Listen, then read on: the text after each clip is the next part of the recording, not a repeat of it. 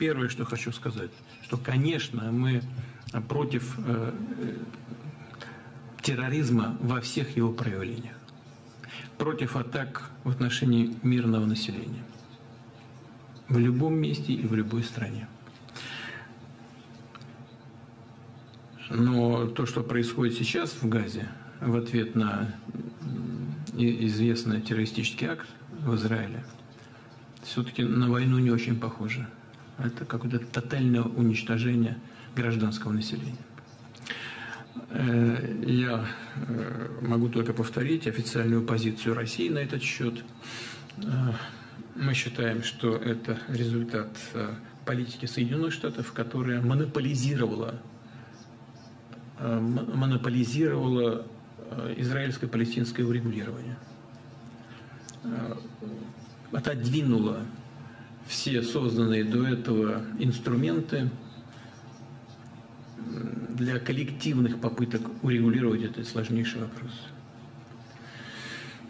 Ну, может быть, кто-то в администрации считал, что чем меньше мнений, тем быстрее можно добиться каких-то договоренностей, но практика показала, что это не так.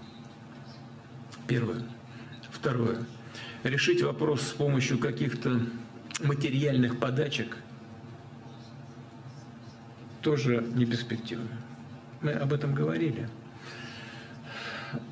Говорили о том, что вряд ли удастся подменить решение политических вопросов, связанных с судьбой палестинского народа, на историческую перспективу с помощью раздачи каких-то экономических пряников. Да, это нужно для создания атмосферы решения, определенных проблем. Но все-таки нужно решать по сути, нужно решать политические вопросы. А главный из них какой? Это создание двух государств, как было и предусмотрено изначально при решении ООН создать два государства на этой территории. Палестинское государство и еврейское государство. Поэтому без решения ключевых вопросов, мне думается, решить вопрос по существу вряд ли возможно.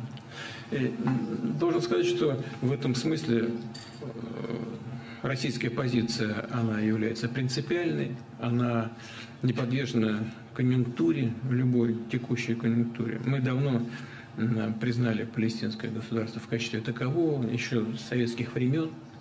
В этом смысле у нас позиция не поменялась. Мы знаем, что президент Эрдоган предпринимает энергичные усилия для того, чтобы эту очень острую застарелую проблему решить. Но и